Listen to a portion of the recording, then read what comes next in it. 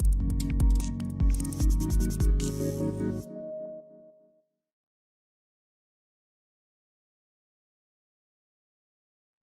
all, this is Akshara Menon. Happy in welcoming you all for this webinar on the topic, what can go wrong in smaller mid-cap space? Exploring smaller mid-cap investment means understanding the potential problems. In this webinar, we'll break down the risks that might crop up in these investment spaces. To talk more on that, we have the guest for the day, Divam Sharma. Mr. Divam Sharma brings over a decade and a half expertise in managing stock market investments, complemented by his MBA from Indian School of Business, Hyderabad. He is also a member of ICAI. Prior to co-founding Green Portfolio, he gained a significant experience working with prominent institutions like Citibank and Kotak Mahindra Bank. Since the company's foundation, Divam has been a key motivator and leader. His responsibilities encompass client management, business development, and research, where he had made significant and influential contributions. Moving on to the next speaker of the day, Mr. Anuj Jain. Anuj is a CIO and heads a research team that has been consistently outperforming the outperformers. With over 5 years in financial consultancy and 15 years of investing in equity markets.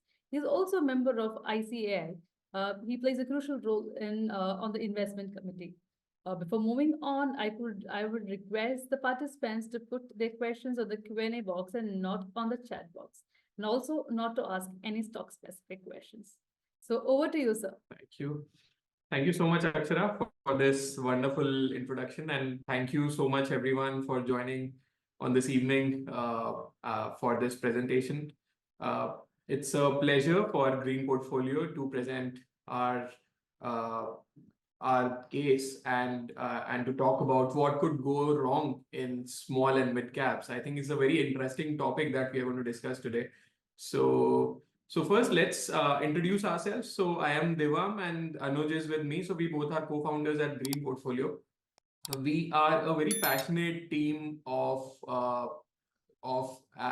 research and CA background, where we all are like very much passionate about markets, have been into markets since long, and have been doing this in the family, seen this in the family, and grown this tradition over generations of our being, and that's how we have developed our team as well. So we have a team of passionate over 12 research analysts who are CA, CFA, and MBA finance background. So Green Portfolio has been like very active in terms of its presence. We have served over 38,000 clients, 38,000 retail clients. We are serving over 8 family offices. We have an AUM of over 450 crores and an AUA of over 350 crores. We have clients across the globe, as you can see. So we are very proud to be delivering wonderful results for our investors, as well as doing it in a very customized and niche manner. So like what makes us different is that we focus a lot on the below the radar companies. So if you look at our picks, we enter in those companies pretty early. We are stock pickers, and we believe that we enter into companies way before a lot of large institutions buy these shares. And when a lot of large institutions are buying, this gives us an opportunity to sell. So if you look at our portfolios, a lot of our portfolios are not overlapped with a lot of our peer institutions. So that's where we have created a lot of multi-baggers also. So we'll talk about that as well. We are focusing on a lot of traditional picks. We have been focusing a lot on manufacturing oriented investments. We have seen that the government has been focusing on PLI, China Plus One has been a theme. We have seen infrastructure creation happening and FDI happening in India. So we have been focusing a lot on manufacturing. There has been minimal exposure to banking and IT, but although we are not averse to it, but we like very simple balance sheets, very traditional businesses, and invest in them for a long term. it has been a very ground level research and a very traditional fundamental driven research that we have been following as a team, and it's a lot of scuttlebutt approach that we follow while investing in our stocks. If you look at our cash positions as well, we do a very discretionary cash holdings, and we create model portfolios which are frequently updated. So our PMS customers have slightly more customized allocations when it comes to the buy, sell, hold list. So some investor who has invested 1 year back might have a slightly distinguished portfolio basis his allocation timelines and the opportunities when he's allocating the cash cash to our PMS. Also, it's a lot of we believe in a very niche kind of an allocation. So some customizations also happen in the PMS. So that's how we differentiate as a PMS. So if you talk about small and mid caps, why we are talking about small and mid caps is that small and mid caps has been very close to our heart. Since the scratch and since the start of our PMS, we wanted to distinguish ourselves and differentiate ourselves. We, coming from CA background, wanted to bring more value on the table for our investors, and small and mid caps were our liking and our love. So that's where we were able to identify a lot of companies which could turn multi-bagger. If I'm buying a lot of very known large caps for our investors, I as a fund house could not distinguish much. But considering our background of understanding of fundamentals, our background of doing investing in the family, we were very much into identifying stories and identifying stories which could turn multi-baggers. And that's what we have done in the past as well. We have delivered over 70 multi-baggers in our 5.5 years of journey. And we have been one of the consistent funds which have performed consistently across, if you look at 5-year CAGR. So if you look at small and mid caps, especially over the last 1 year, we have seen huge growth in micro caps, small caps, mid caps versus the large caps. So one reason that we wanted to showcase is that if you look at this screen, is that there has been a great flow of money into the small cap and mid caps, right? If you look at the mutual fund data showcases that 34 months over the last 34 months, there have been consistent inflows into mutual funds. If you look at small caps, there have been 15 months of consecutive flows into small caps.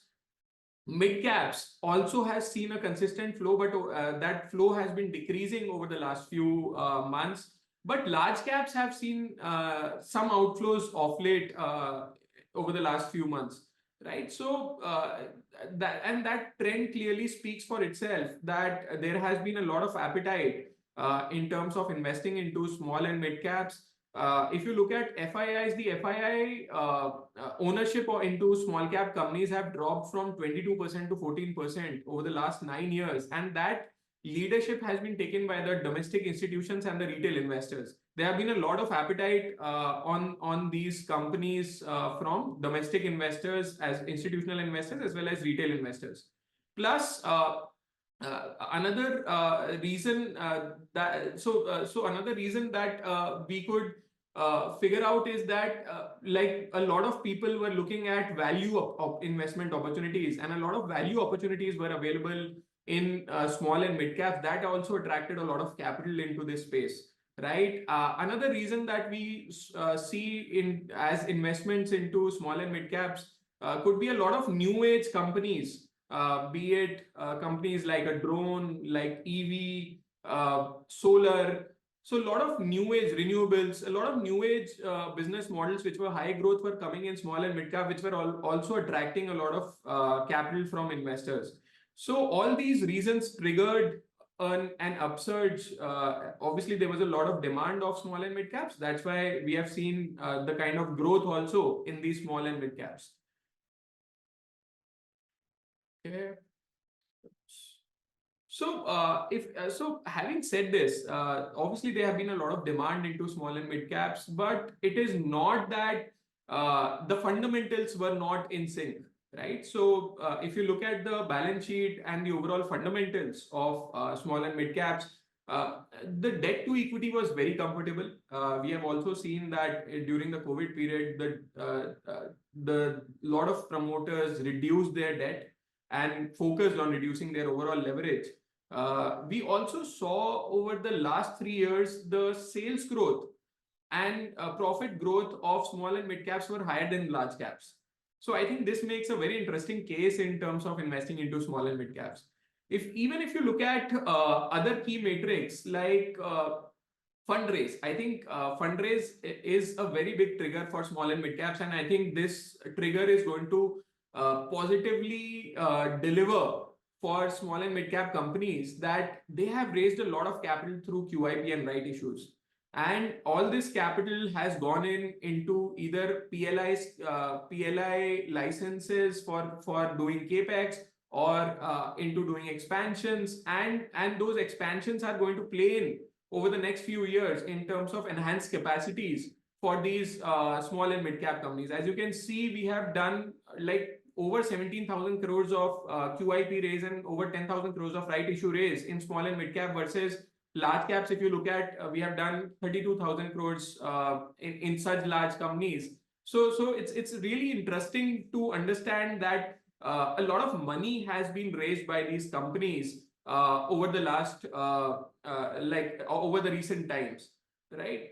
So another interesting thing that we wanted to point out is that PLI scheme. So PLI scheme has been really a catalyst for small and mid cap companies as well as across the industry. Manufacturing, I think, has received a lot of positive vibe because of PLI. We saw PLI in mobile manufacturing, electronics manufacturing, and PLI across more than 20 sectors.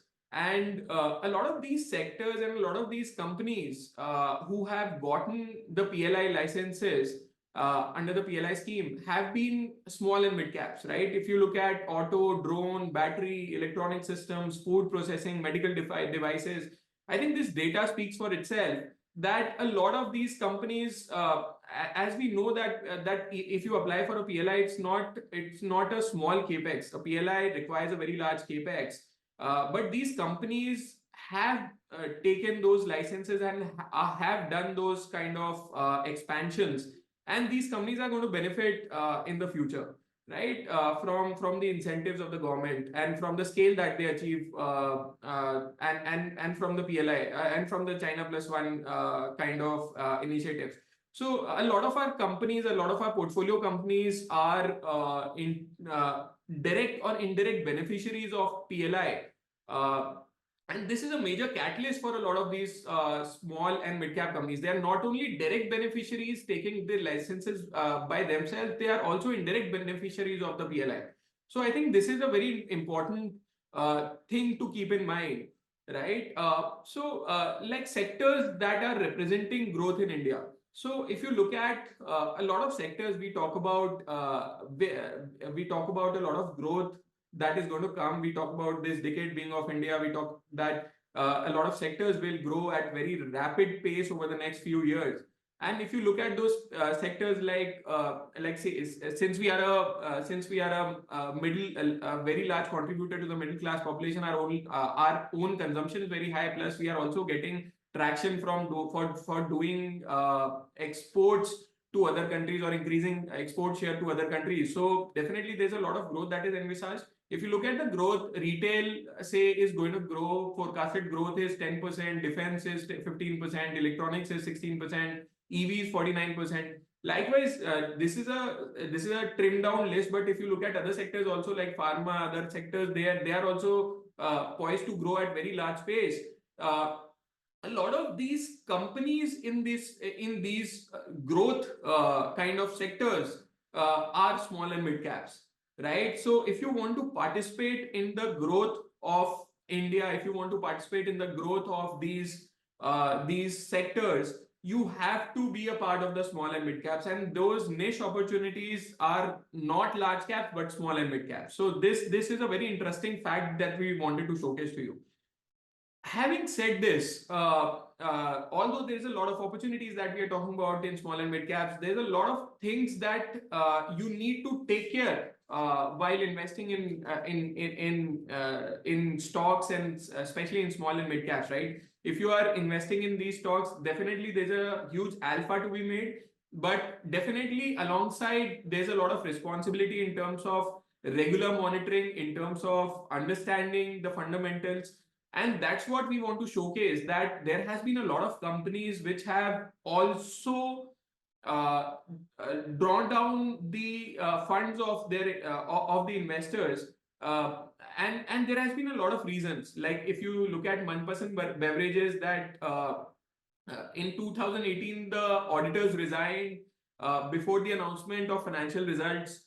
There was a GST fraud, and there were other fraudulent activities which resulted in the crash. If you look at Suzlon, there were aggressive acquisitions, and they were financial leverage, and they began to lose their order book. That was the main reason. If you look at Yes Bank, they were non-performing assets. There were loan book exposures to companies that defaulted, like the Anil Ambani group of companies, SL group of companies, CCD, DHFL, etc.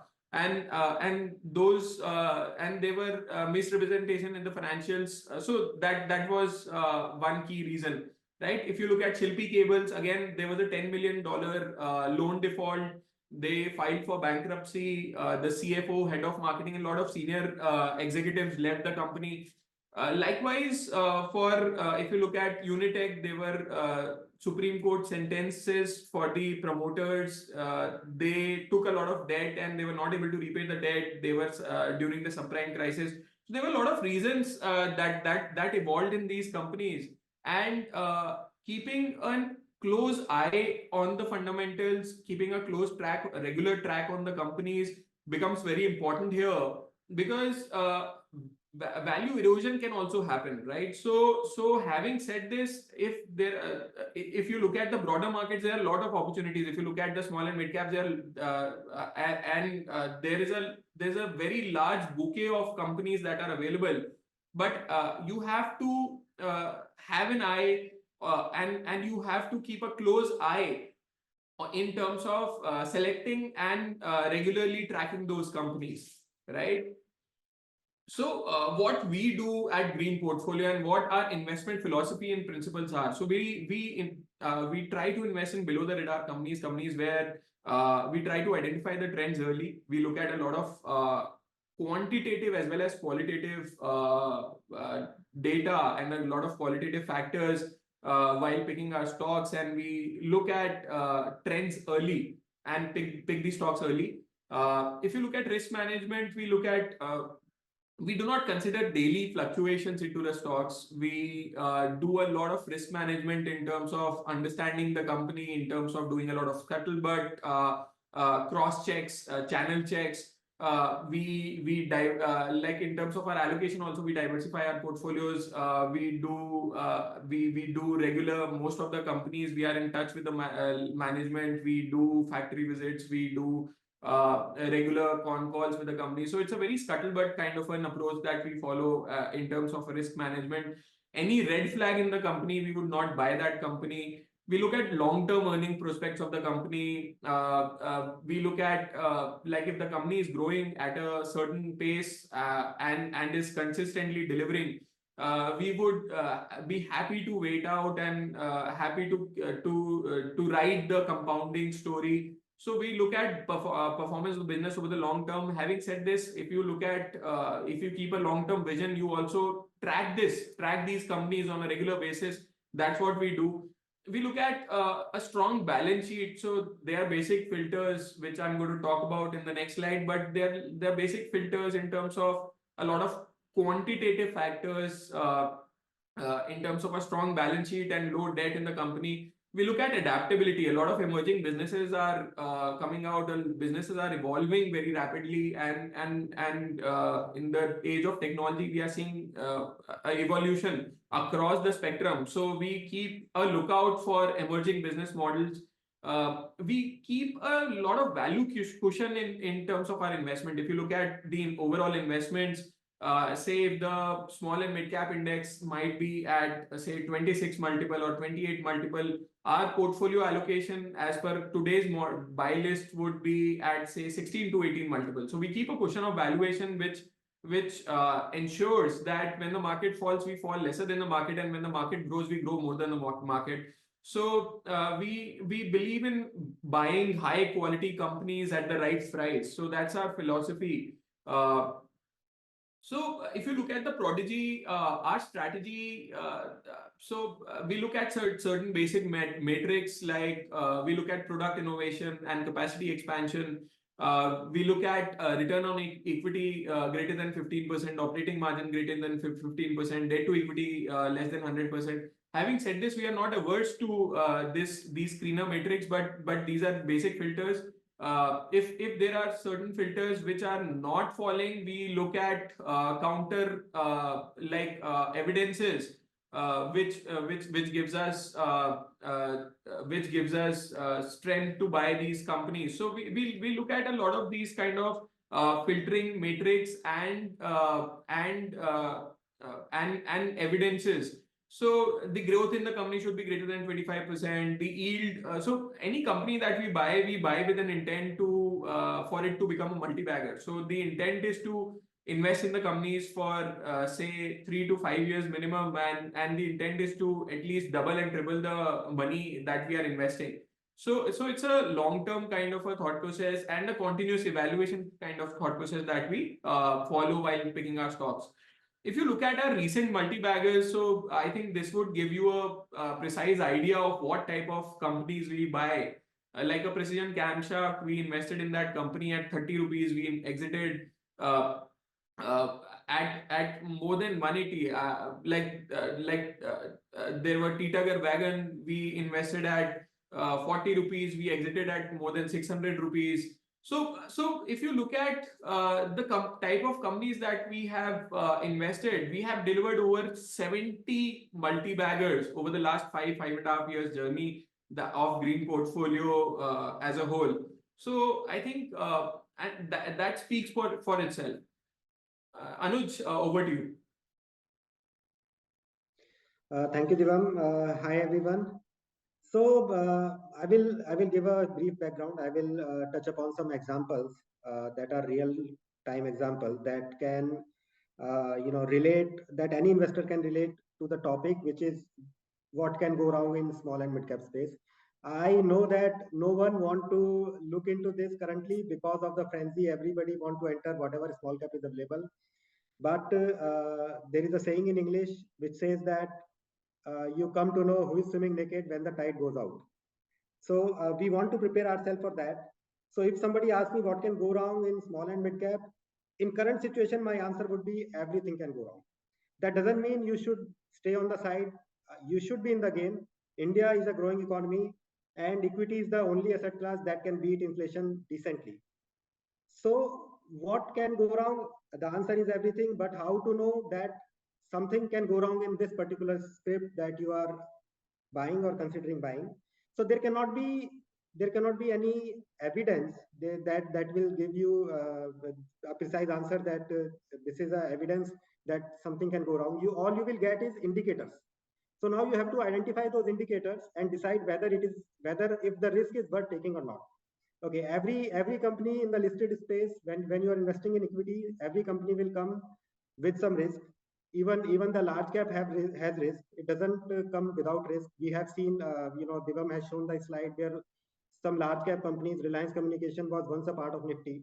Everybody know what happens. Suzlon was a very big company. Yes Bank was a very big company. So it doesn't. It is not necessary that the large cap will not come with risk. Everything is coming with risk. All you need to do is to identify whether this is the risk that I am willing to take or not. So these are the indicators that you can get. So I will give some real life example that we have come across during our 5.5 year of journey into PMS. So we are desisting from naming any company because we don't know whether that would be legally okay or not.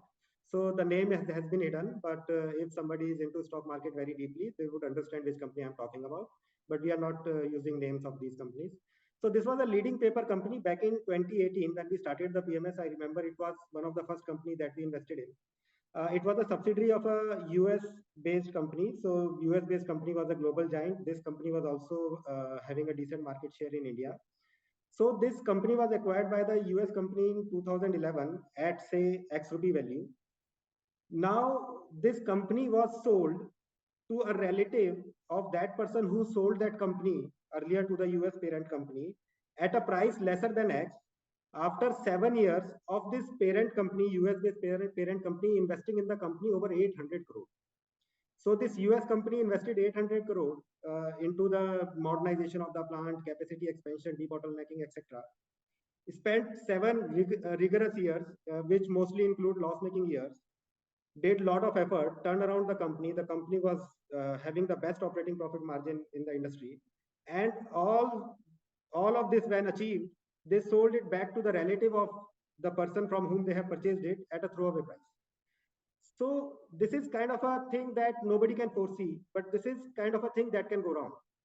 Okay, so I mean, in this particular case, we had no way to identify that any such deal can happen because it was beyond imagination, beyond common sense, but it happened, and we booked a loss and exited because we were not comfortable with the new promoter. So this went wrong for us, and we had no control over it. Similar thing can happen to anyone. We have seen so many merger and acquisition deals done at improper prices, ultimately jeopardizing the interest of small shareholders of the merged company. So taking another example, this was again a pharma intermediary. Currently, it is trading at a market cap of 1,400 crore, if I'm not wrong. So this company had very good operating profit margin. Debt equity was very comfortable. Promoter stake was very good. On screening, everything looked good. So we identified this company for further digging. Now, what we find out that it had a subsidiary which was owned 53% by this listed company and 47% by the promoter of this listed company. Okay, so this subsidiary was doing really good. As you see, the revenue grew from 15.4 crore to 22.46 crore in just 1 year, and the PBT doubled in that year. So it was doing really good. We were very happy that along with the listed company, we are getting an exposure to this subsidiary company. It had a very ambitious plan, and the product was very niche. I think they were the only producer in India of that particular product. So, I mean, what happened? I mean, how they kicked out the small shareholder, how they ignored the interest of small shareholder. The subsidiary company came up with the right issue. Now, look, the interesting part is the 53% ownership was with the listed entity. The listed entity decided that the right subscribing to the right issue doesn't make commercial sense to them, and they skipped the subscription of the right issue. Now, the same promoter, mind it, the promoter of the subsidiary and the parent company are the same. Now, those people, those promoters who own 47% of the share, they decided that it made commercial sense for them to apply to the right issue, and they applied to the right issue. Now, what happened after this right issue? The stake of the listed entity, which was earlier 53%, which making it a parent company, reduced to 47%, and it clearly showed the intent of the promoter that they want to kick out the small shareholder of the listed entity from the benefit of the subsidiary company or the expansion or the plans that the subsidiary company had. So this is a clear indication of corporate governance. The share is still trading at a decent level. Okay. So I mean, its price has not fallen, or it is still growing up. That doesn't make the thesis good or bad. So this is something that the investor should be mindful of, that this is the character of the promoter. The character is very important in the long run. In the short run, you can make money in any share, but in the long run, the character of the promoter, because your money ultimately is managed by the promoter of the company. It is not you who is managing the show. Ultimately, the company is run by the promoter, and the performance of the company is dependent on how the promoter gonna work. Next slide.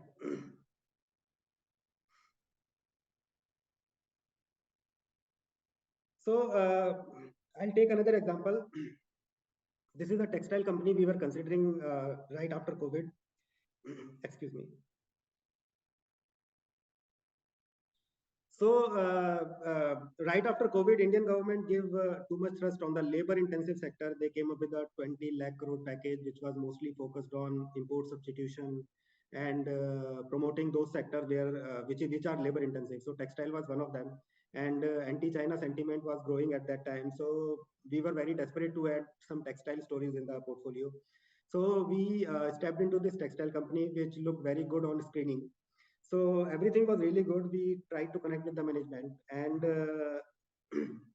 in the meeting with the management, we came to know about their plan to set up a manufacturing unit in Middle East. The first question that we asked them is, when every other company is coming to Southeast Asia, for example, India, Pakistan, Bangladesh, Vietnam, etc., for textile being a labor intensive, and these countries have cheap labor.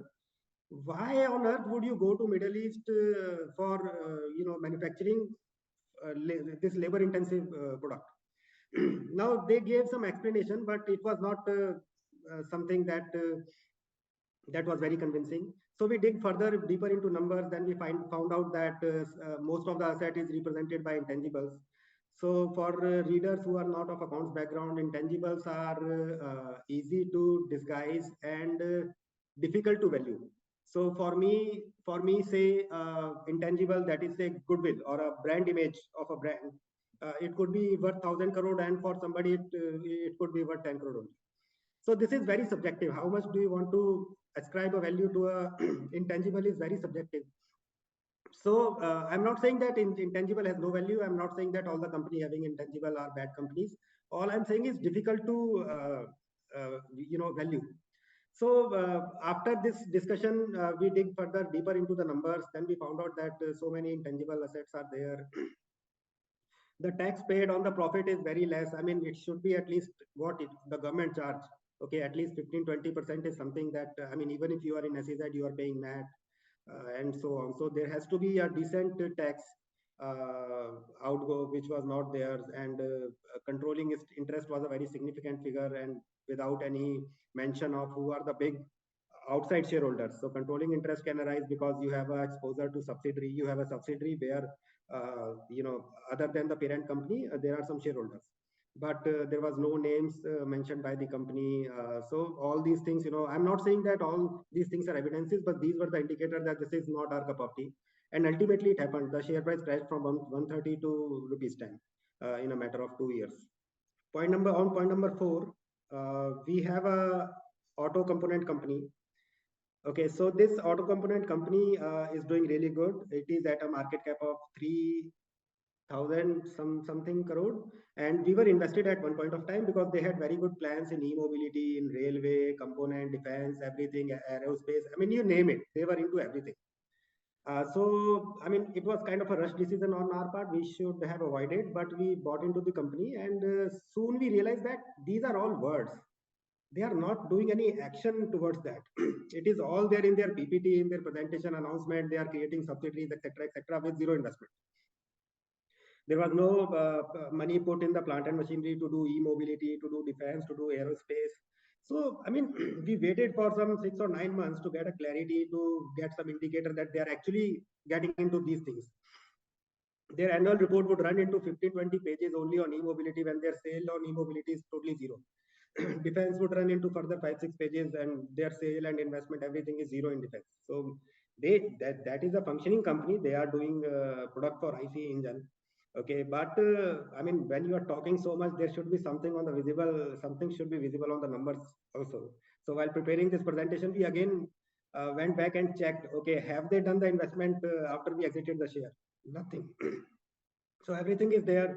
Defense is there, e-mobility, aerospace, everything is there in the presentation, but nothing in the numbers for like last 2 years. Giving you another example is a small company, again a similar kind of an example, which claims to be doing everything but actually doing nothing. So this company is at a market cap of 1,000 crore, and we found out about this company, I think 4 or 5 years back, before COVID. This company claims to be into solar, electric vehicle, batteries, etc.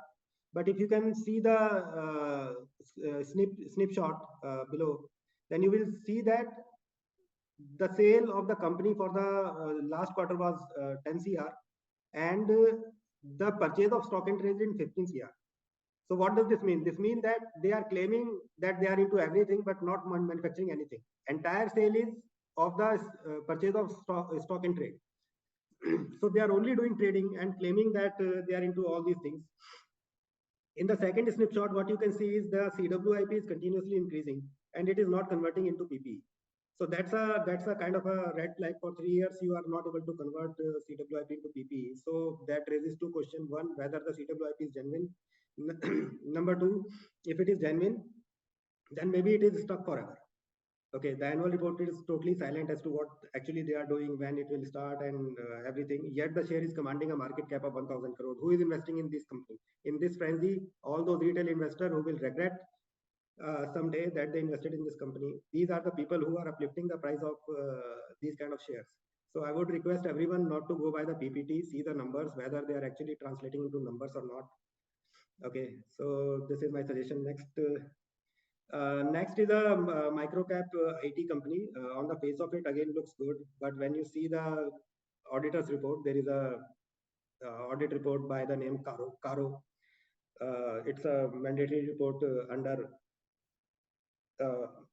Companies Act. So there was a disclosure from the auditor that they have not paid undisputed government dues.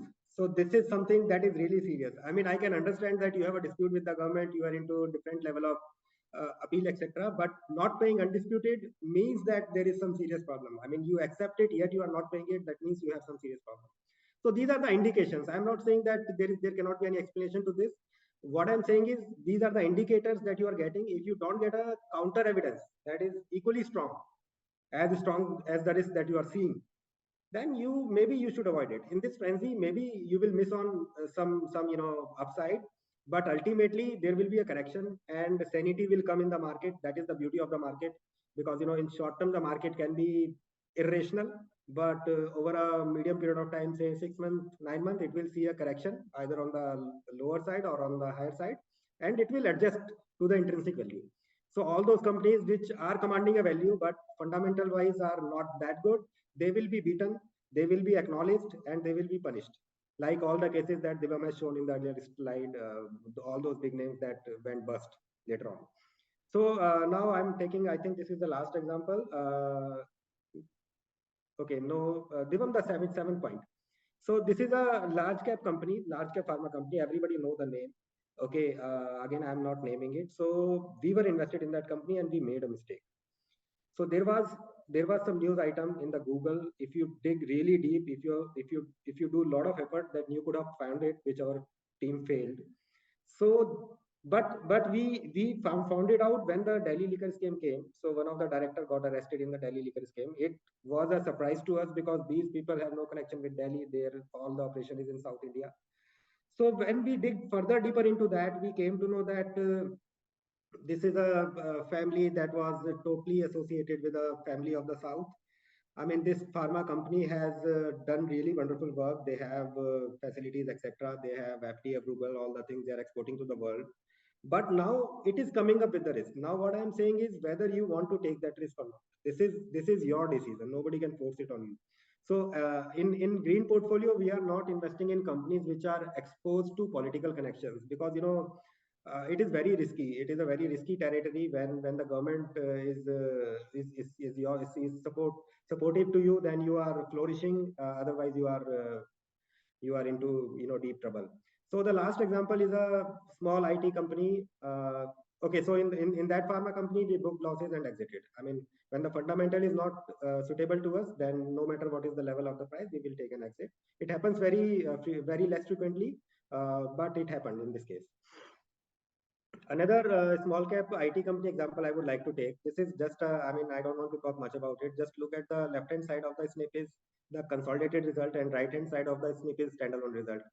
I mean, it's a very interesting case. I am a chartered accountant. I have done practice for 10 years. Then I came into fund management. But I cannot visualize a situation where your consolidated sale is your standalone sale is 34 crore. Sorry, left-hand side snip is the standalone sale and right-hand side is the consolidated. I cannot visualize a situation where the standalone sale is 34 crore and in the consolidated sale it will go to zero. I mean, that is something that is really interesting, and I'm still figuring out. I have talked to a lot of people as to whether there can be a situation where this thing can happen. So these are the indicators that maybe the promoter is just manufacturing the balance sheet and P&L. Maybe actually they are not doing anything. So with this, I think I would hand over to Divam.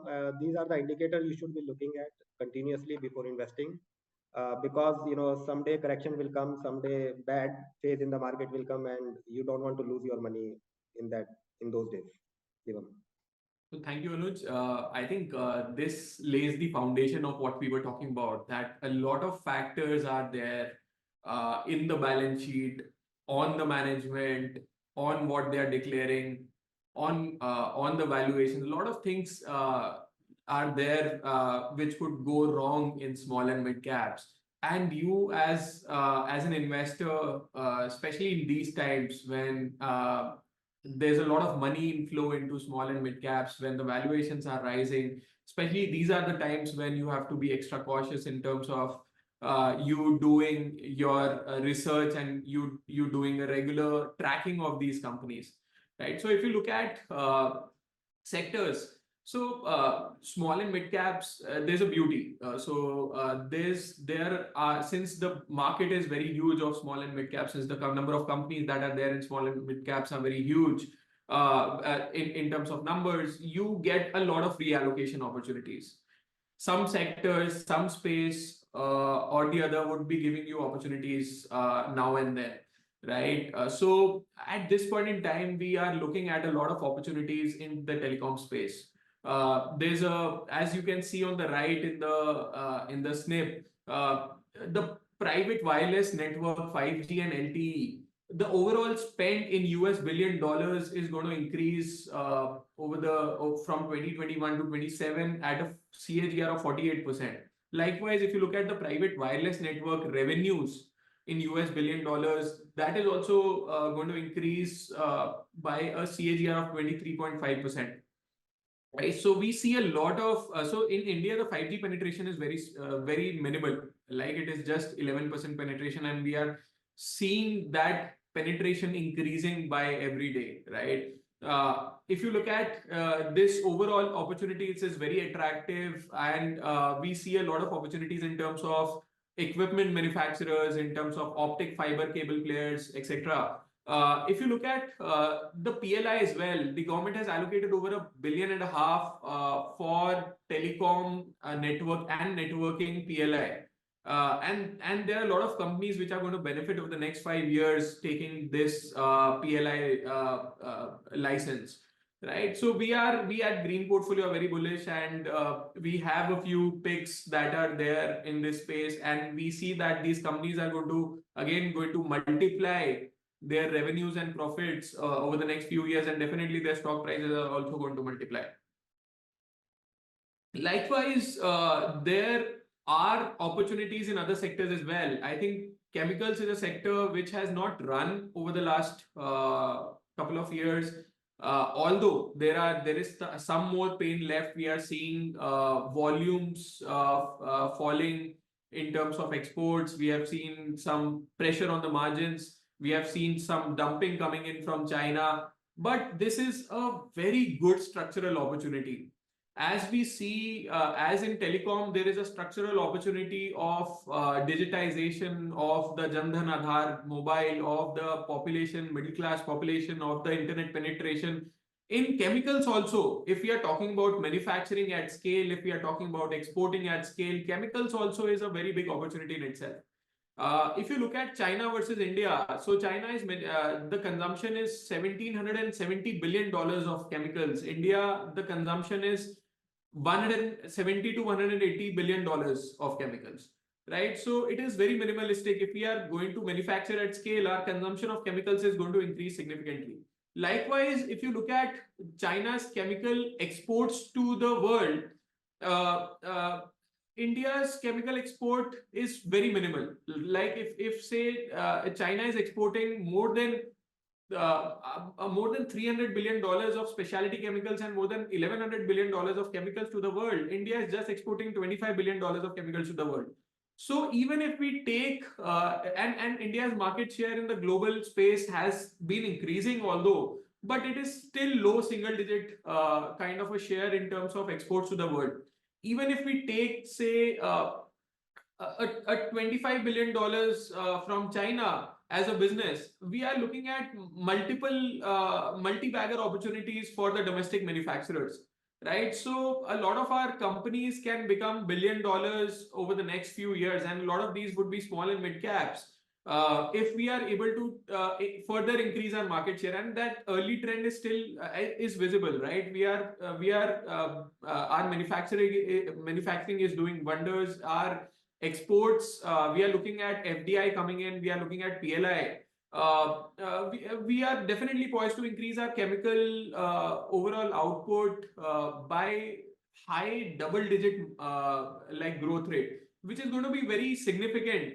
And the opportunity, if you look at the valuations at this point in time, the chemical sector, even despite the kind of results which have been slightly low, the valuations are pretty comfortable, right? If you look at the overall mid-cap index PE, that is 46 times, then the chemical sector index PE would be 30 times, right? So that's where we come in as investors, right? There are opportunities in chemicals for allocation. It might take 2-3 more quarters. It might take a few more quarters for the sector to come back and deliver the kind of growth that it is poised to deliver over the next few years. But that opportunity to invest is there, right? So again, this is the sector which we wanted to talk about.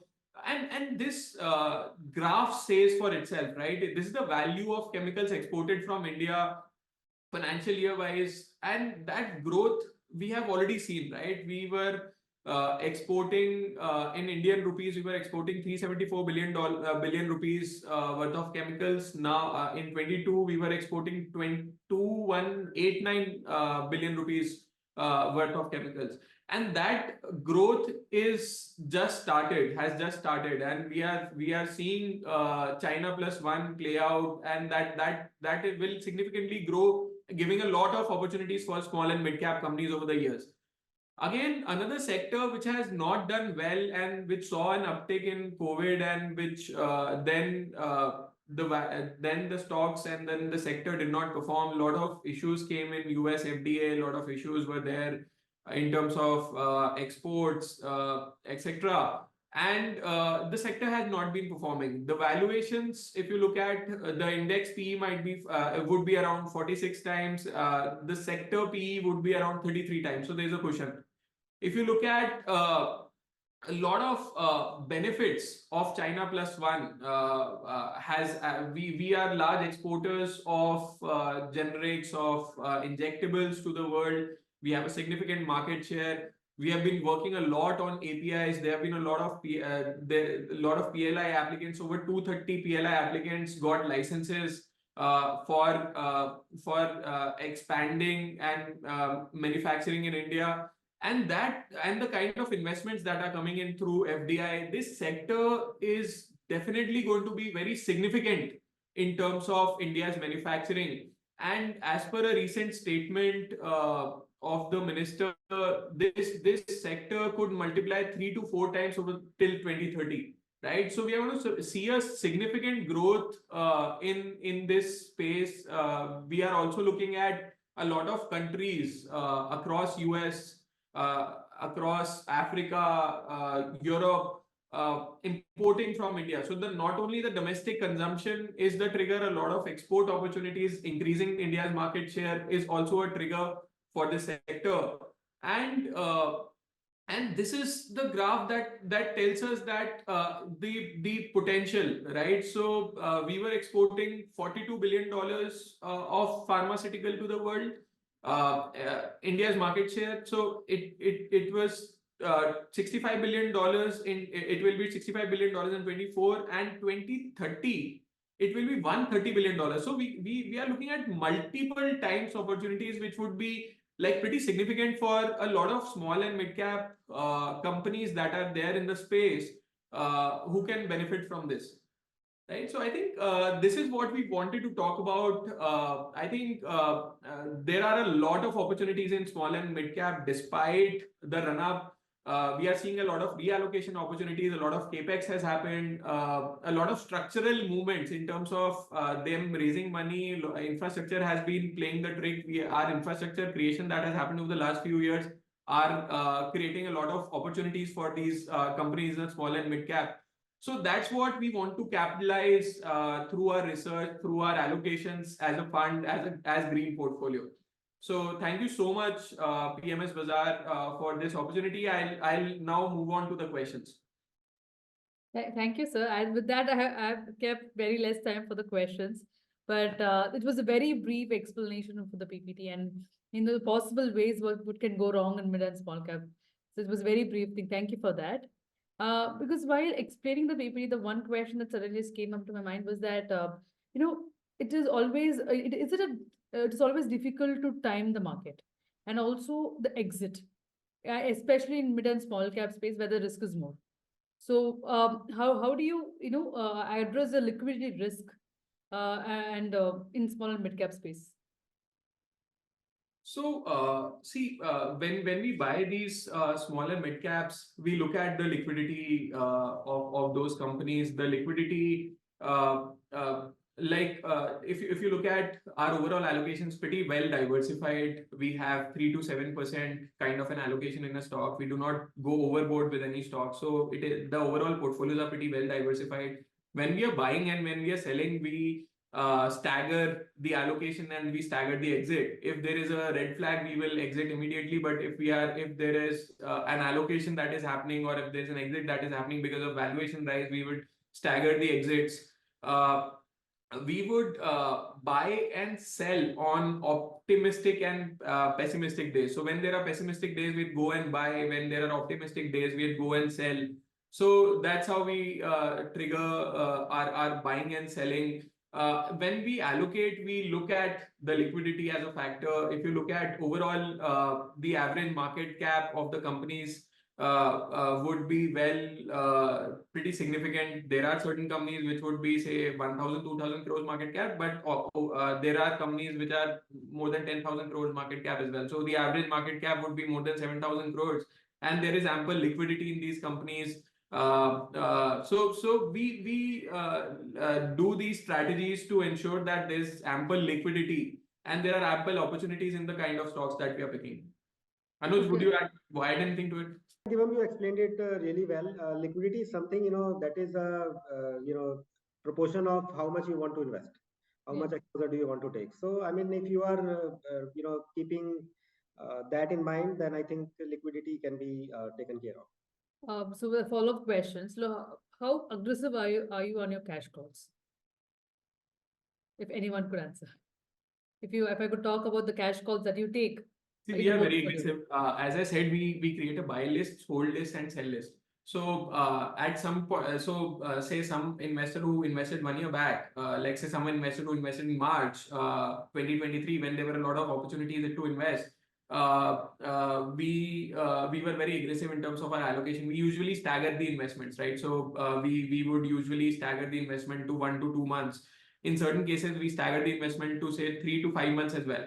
And in terms of our buy list, in certain cases, in the small and mid cap space, if we do not find opportunities, like even in these times, say, we are keeping cash calls, and in certain cases, we have cash calls of 50% as well. So in the buy list, if we are not getting opportunities for cheap, we will not buy. Having said this, it is not that we are not getting opportunities to invest. We are getting opportunities. We've recently added 3 new stocks as well. So if you look at overall in March, we were very aggressive in terms of our allocation. Today, we have lesser opportunities because of the run-up. But definitely, we are very much open to taking cash calls. So we are very aggressive over there. Okay, but while explaining your PPT, you were quite bullish on telecom and pharma, chemicals, but not much on PSU sector. Even they gave us stellar returns last year. So, any reasons behind it? So, Akshara, you are asking about PSU sector. Yeah, PSU sector. Yeah. Okay. So PSU. I mean, look. As I said that I was earlier into practice, so I was doing a lot of interaction with the government officials, etc. So I mean, I know the working style of them. I mean, I like the efficiency that Mr. Modi has brought in as a prime minister of the country. But he doesn't have an injection to put on everyone and increase the efficiency of everyone. So I mean, these are the same bureaucrats that are running all the PSUs. I understand that they have given decent return in last 1 year, but if you take a period of 5 year or 10 years, you will see that they are a consistent laggard. So don't just look at the period of this last 1 year. I mean, you have to look at a bigger period, and then you will see that there is inherent efficiency in the working of PSUs. Look, the objective of the government is not to earn profit, first of all, and these are government companies. Okay, so I want to be with the promoter whose objective is to earn more and more profit so that my share price increase more and more. I am a greedy person in this regard. You can say that Anuj is too much greedy. I am okay with that. No, But the that is CA my person objective. came out. The CA person just came out. Yeah. That's it. So basically, I want to be with the person who want to maximize the profit, who is not. I mean, we are a ESG. We focus on ESG aspect as well, but not too much.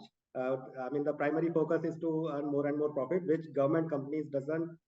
The government company don't have this objective, so that is the. Yeah, of course. And talk on returns part of it. Your special fund has given over 25% CAGR since its inception, since 5 years. And when the benchmark has done only 15%. And that's a good number of alpha. So what made you produce this alpha? Okay, so Akshara, look, I mean, Divam has already partly explained it. So we are looking for those kind of opportunities which are still below the radar. I mean, in this type of a market, it is very difficult to find out such opportunities. But still, there are many companies which are doing really good and yet so far are unnoticed.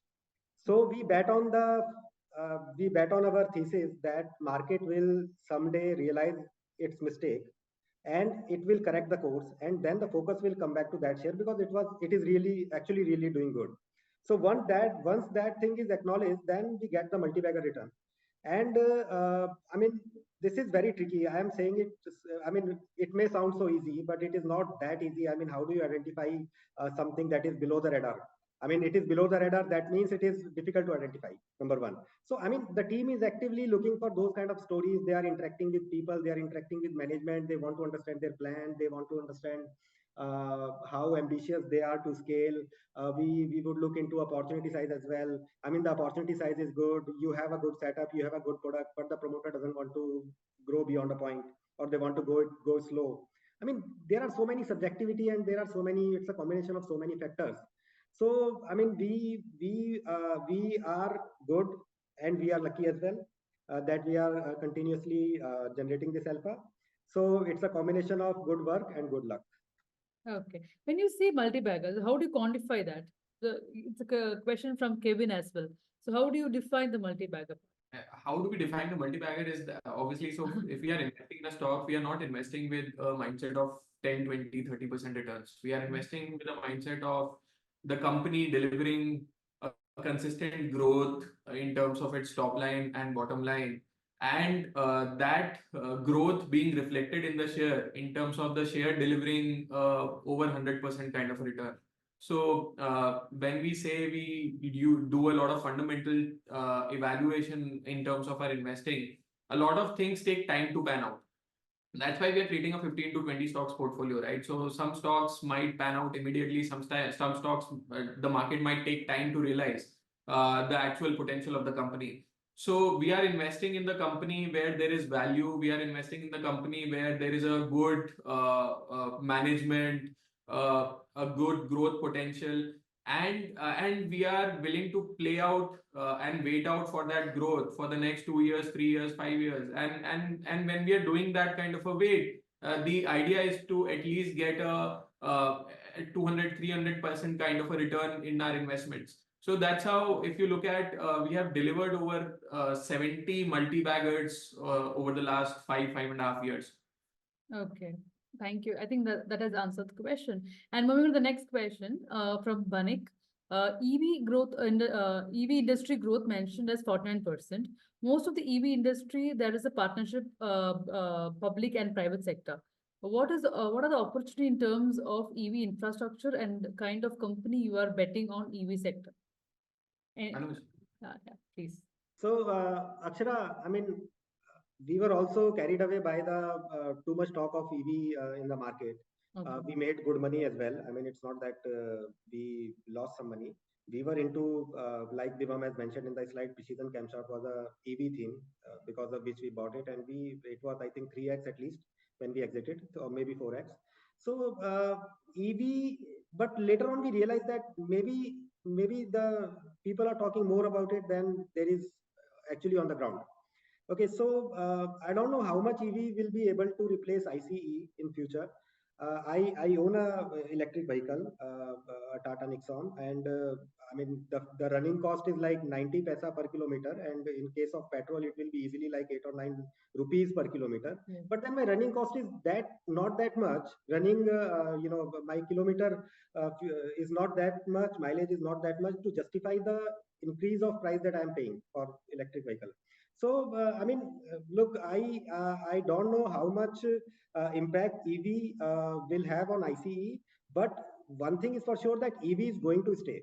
I don't know whether the market share of EV after 10 years from here will be, will it be 20% or 80%? I cannot comment on that, but it is going to stay.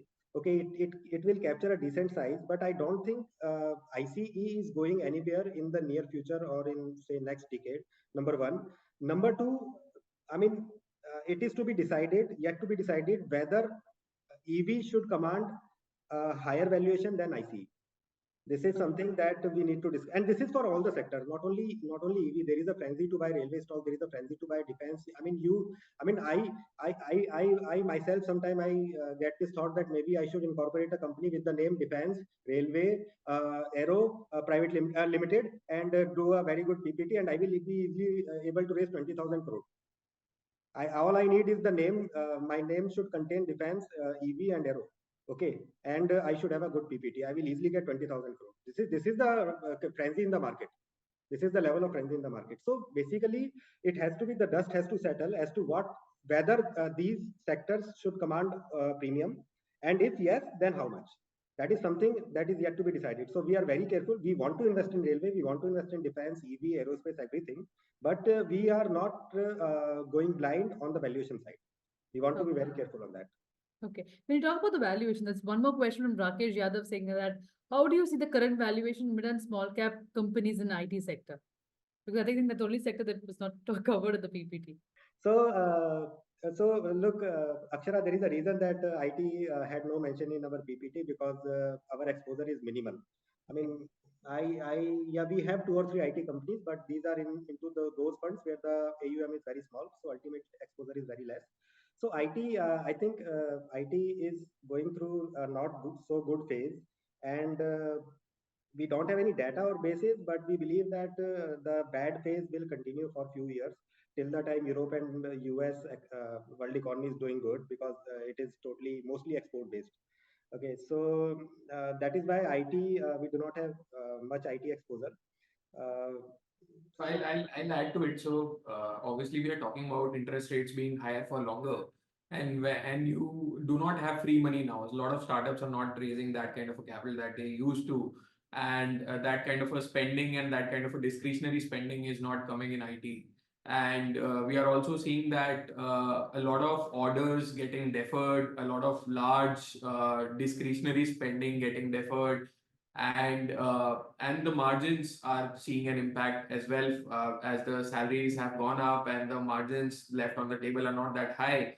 So if you look at overall, this sector is still not out of the woods. Recently there has been a rally in our IT, but we feel that considering current valuation, considering the outlook, it's still a few more quarters to go before the sector comes back into limelight. Okay.